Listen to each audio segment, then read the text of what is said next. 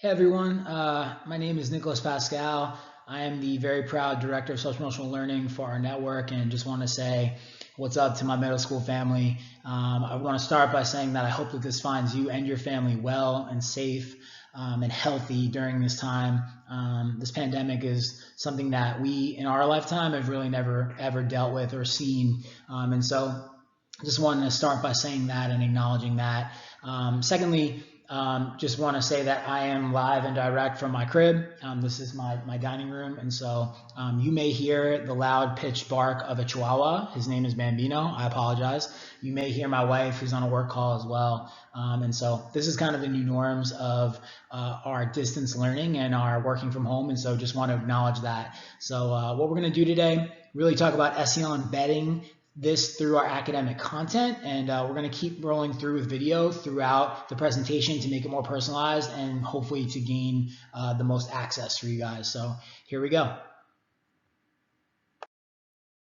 Everybody, so we are going to just go over our agenda really quickly, and it's something that I referenced in the last slide, but we're going to look at integrating SEL through a couple of different things. One, our greetings, which is what I did on the first slide, emotional check-in and mindfulness, movement, and then finally optimistic closure. And so I'll end out the video doing an example of optimistic closure just to round us out, but that's what we'll be doing for the remainder of the time. So first, there's a true connection that is pretty much missing because we can't actually physically see our scholars and our colleagues, right? And so the greetings part of this is really important because what we're trying to do is get our scholars to feel like they belong and they have a sense of community while they're at home. We want to be consistent about this. We want to open up, and when we greet scholars, we want to be personal. We have some scaffolded ideas how we can do that on the next slide.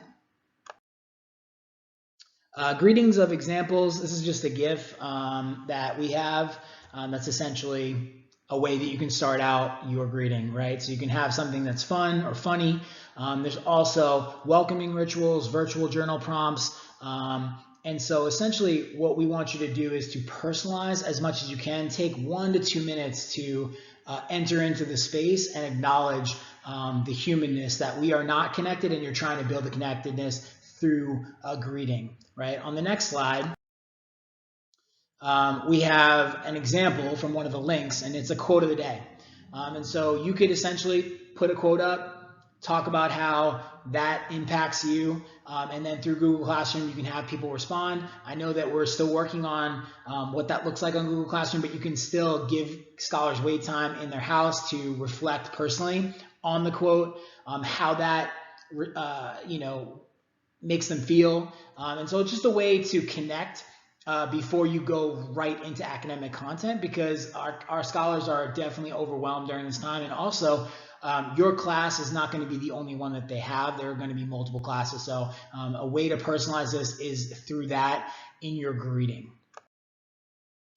Next, we have an emotion check-in. Because why? Honestly, because feelings matter, and because now more than ever, as we alluded to, this is something that we really need to check in with our scholars, right? Feelings, we are ruled by them as adults, and scholars are ruled by them as young people. And so we recognize that feelings are okay. We recognize that we can't manage what we can't recognize as well, right? And so what we're asking is that teachers model this through the online learning platform, because there's really no way for this to be done unless we are modeling our own emotional temperature check, right? So some examples of this.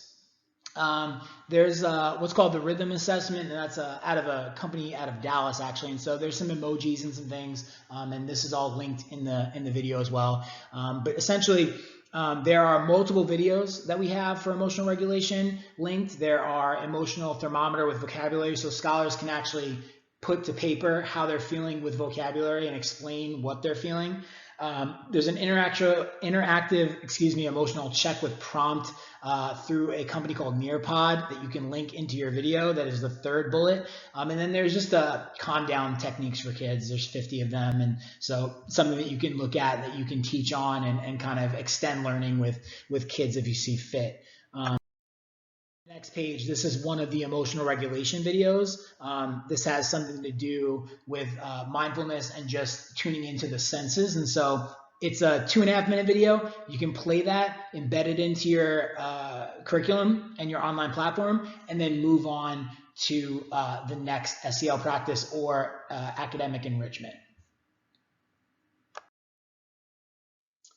Mindfulness, which is something that honestly a lot of people feel like SEL is like just mindfulness, and although mindfulness is important, SEL is so much bigger and so much more than that. And but we do understand that to be mindful is really talking about to be present, right, in the right now. And again, probably the most difficult time for our scholars and ourselves to be present is right now with everything that's going on, right? And so when we take a moment to be mindful, we're centering in, and we understand that scholars then can have decreased stress and less anxiety, and that they can actually retain the information that we're giving them, right? If you are coming from a stress and anxiety place, your brain is not going to be able to take in new information. And so this is really just entering into getting them to really center in, be present, and of course without judgment. And everything that we put here for the mindfulness is all linked, and it's nothing that you have to do. As I'll show you, they're all videos. I have 6 videos linked.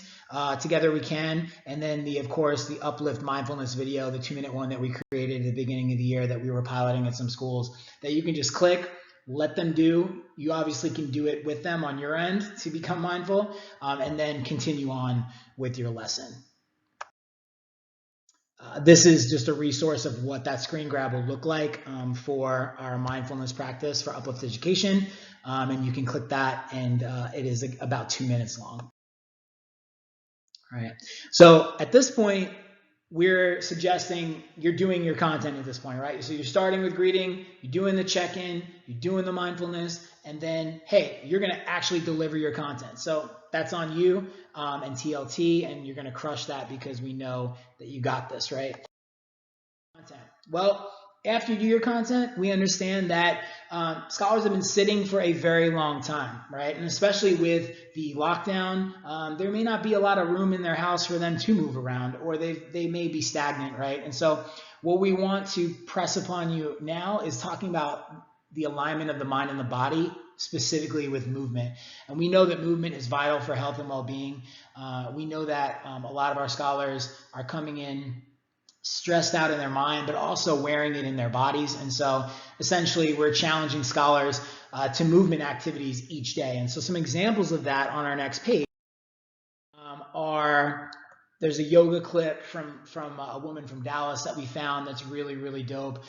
Movement challenges for scholars as well is linked, which is another YouTube video that can run them through movement. And then there's also this idea of what's already existing, which is NFL 60, which you, if you're a football fan, may have seen on commercials. And essentially what that is there's a bunch of apps and things that they can download and challenges that you can go through that website and challenge kids. And so really, as a teacher, what you're doing here is you're trying to get kids to do movement. You're not doing movement with them. You're challenging them and saying, listen, like right now, we're going to take 2 minutes and I'm going to play this video and you can do this. Or I'm going to send this to you at the end and you can do this after your classwork is done, right? Or you can simply say, hey, you should go out and kick the soccer ball around with your brother, right? But getting kids to understand why movement in this time is really important. And I will share my own self-care is like going for walks with my wife and my dog through my neighborhood is something that I can't wait to do after I finish work today, right? So that is our movement. Again, just talking about the resource dive, this is NFL 60, which has a bunch of different things. It's linked in there, but you can find a ton of activities where kids can do challenges through. All right, lastly, we're talking about optimistic closure and the power of positivity. Here's what I want to say about optimistic closure. It is not necessarily a cheery ending, it is not necessarily just positivity for the sake of positivity. However, cynicism is a very easy thing to do as human beings, and adults, we do it probably more than kids. But what optimistic closure forces us to do is to fixate on something that we really enjoyed in the lesson, or something that we have good going on, and really talks about gratitude. All right. And so what that does is it leaves the scholars focusing on something good, and it also lets you share an optimistic closure. So you're again being vulnerable, and they're understanding like what is motivating you, right? This is not meant to be fake at all or anything, but I really truly believe that we can always find something that we can fixate on that is positive, just as we can negative, right? But this is a forced way to end in positivity. Important. A couple of examples of that optimistic closure. You can say, something I learned today that was new and exciting, someone I was able to help today, and these are just sentence stems that you can kind of lead with and kind of model for your scholar. Kind of what I want to do right now as I'm signing off with optimism is I want to provide just an example that I would do as I'm teaching this class right now. And so my optimistic closure is, honestly, I have not had this much time to spend with my wife since I met her 6 years ago, right? We are really enjoying just seeing each other and being a part of each other's lives, like physically, emotionally, mentally, in the house. And so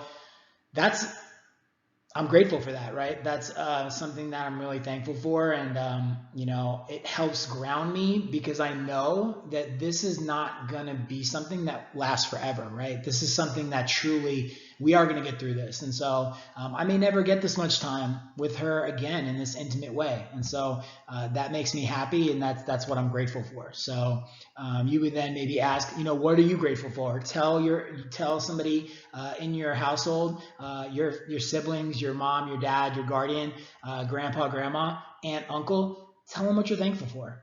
Tell them what you're grateful for during this time. And ending with optimism is a great way to set them up for their next class. And the power of positivity definitely cannot hurt in this time. So again, this is the end of our presentation. The links are all there. I put my cell phone and my email in the first part of the PowerPoint, and so please reach out with anything. This is really just to embed into what we're already doing. And again, just want to end with gratitude. Thanks for listening. And again, I hope this finds you and your family well. All right, take care, everybody.